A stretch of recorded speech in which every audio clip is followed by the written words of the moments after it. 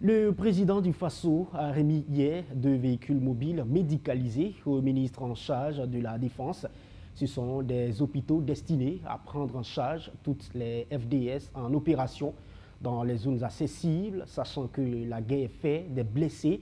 Le président du Faso, en remettant ces hôpitaux de campagne, souhaite que les premiers soins soient apportés aux forces combattantes avec diligence et célérité avant d'être évacués au besoin. Cet hôpital, donc ultra moderne, a une autonomie de 8 heures avec des spécialités d'imagerie.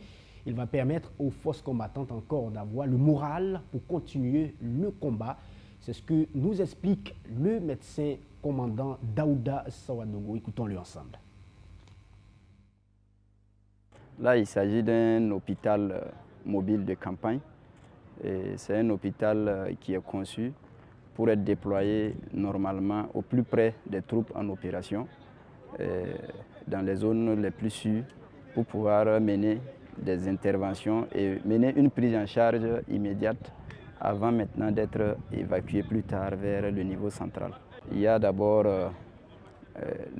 le véhicule imagerie, et le véhicule imagerie il permet de faire tout le diagnostic, et le diagnostic en passant par le scanner, par la radiographie et par le laboratoire. Le deuxième véhicule, qui est un véhicule salle opératoire, qui est aménagé pour pouvoir faire des opérations chirurgicales à l'intérieur.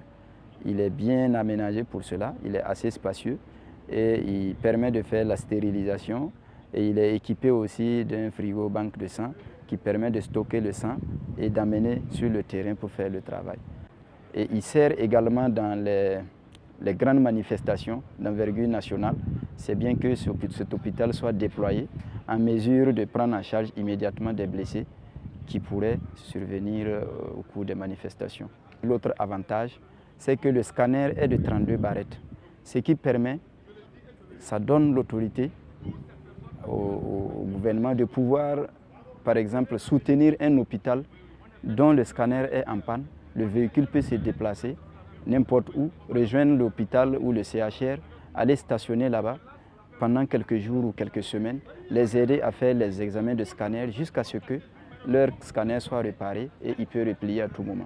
Donc ça, c'est un soutien stratégique qui va permettre aussi de remédier aux problèmes récurrents de panne de scanner dans les hôpitaux. Le chef de l'État a voulu témoigner aux troupes en opération que là, il suit de près tout ce qui se passe. Et le souci, c'est de pouvoir, à travers ce geste, permettre à l'équipe de santé d'être au plus près des hommes en opération et de faire des prises en charge pour leur permettre d'avoir le moral et continuer les opérations. C'est quand on est blessé et on sait que sur le champ, on sera pris en charge dans les heures qui suivent. Il n'y a aucune inquiétude, les gens auront le moral pour